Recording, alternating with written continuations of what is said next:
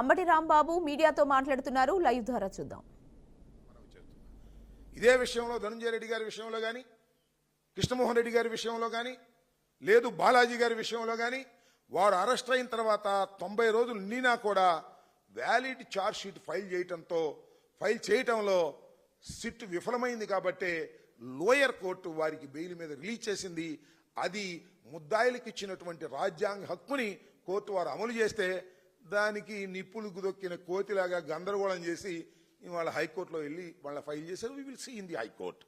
తప్పులేదు, చేయండి. హైకోర్టులో కూడా మా వాదనలు వినిపిస్తాం. దానికి తగ్గట్టుగా కూడా దానికి తీర్పులు వచ్చే విధంగా మా ప్రయత్నాలు మేము చేస్తాం తప్ప మీరు రాజ్యాంగాన్ని చట్టాన్ని ఉల్లంఘించి ఏదో ఒక విధంగా జగన్మోహన్ రెడ్డి గారి పార్టీని, వైఎస్ఆర్ కాంగ్రెస్ పార్టీని అణచాలని మీరు చేసే ప్రయత్నాన్ని మేము విఫలం చేసేటటువంటి కార్యక్రమంలో ఉంటాం. రాను రాను ప్రజల్లో మీరు చేస్తున్నటువంటి ఈ అపవిత్రమైనటువంటి కార్యక్రమాలు ప్రజలు గమనిస్తూ ఉన్నారు. దానికి తగ్గట్టుగానే ప్రజలు కూడా నిర్ణయాలు చేస్తారని సందర్భంగా చెప్పదలుచుకున్నాను.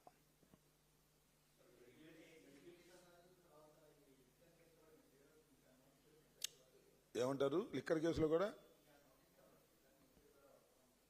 ఈనాడులో ఇచ్చినట్టున్నారు. ఈనాడులో నా ఆంధ్రజ్యోతిలో నోటీసులు ఇచ్చిట్టున్నారు. నాకు ఇవ్వాల. ఈనాడులో మా ఫోటోలు వేసి 250 కోట్ల రూపాయలు లిక్కర్ ట్రాన్స్పోర్ట్లో మేము మింగేసామని రాశాడు రామోజీ గారి అబ్బాయి కిరణ్ గారు. ఆయన రాస్తే ఇన్వెస్టిగేషన్ టీం కూడా విచారణ చేస్తుందని నా అభిప్రాయం.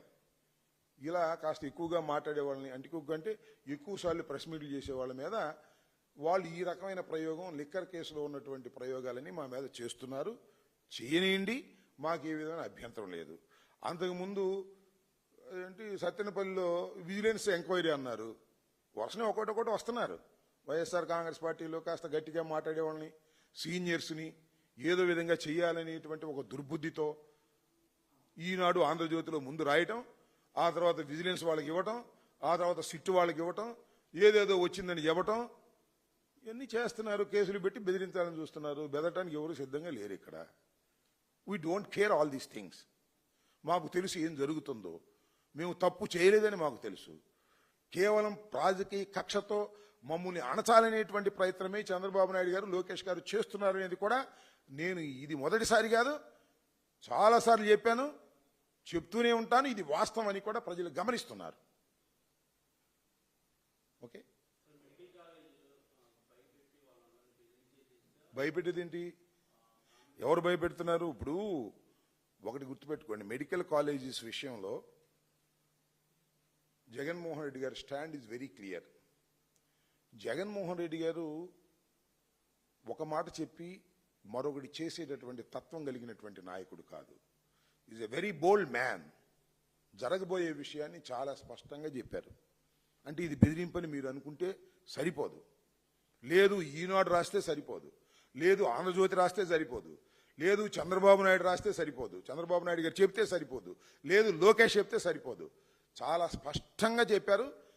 That will reiterate in my press meet also.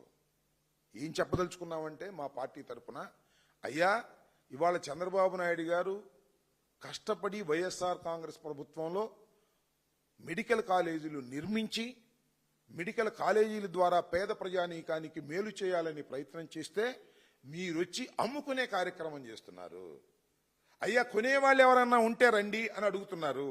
ఆ కొనేవాళ్ళకి చెప్తున్నాం, మీరు తొందరపడి కొన్నారా, మేము అధికారంలోకి వచ్చిన తర్వాత ఈ కొన్నవి క్యాన్సిల్ చేస్తాం అని చెప్తున్నాం. Very bold. దీనిలో ఏమీ సందేహం ఏమీ లేదు. దీనిలో దాయాల్సిన అవసరం ఏమీ లేదు. జగన్మోహన్ రెడ్డి గారు సూటిగా చెప్పారు. ఆ కొనేవాళ్ళంటే పెట్టుబడిదారులంట, రాష్ట్రానికి పెట్టుబడులు వస్తున్నాయంట. ఇదేనా పెట్టుబడులు?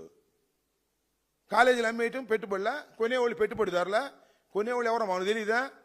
కొనేవాళ్ళు నీ తాబేదారులేగా.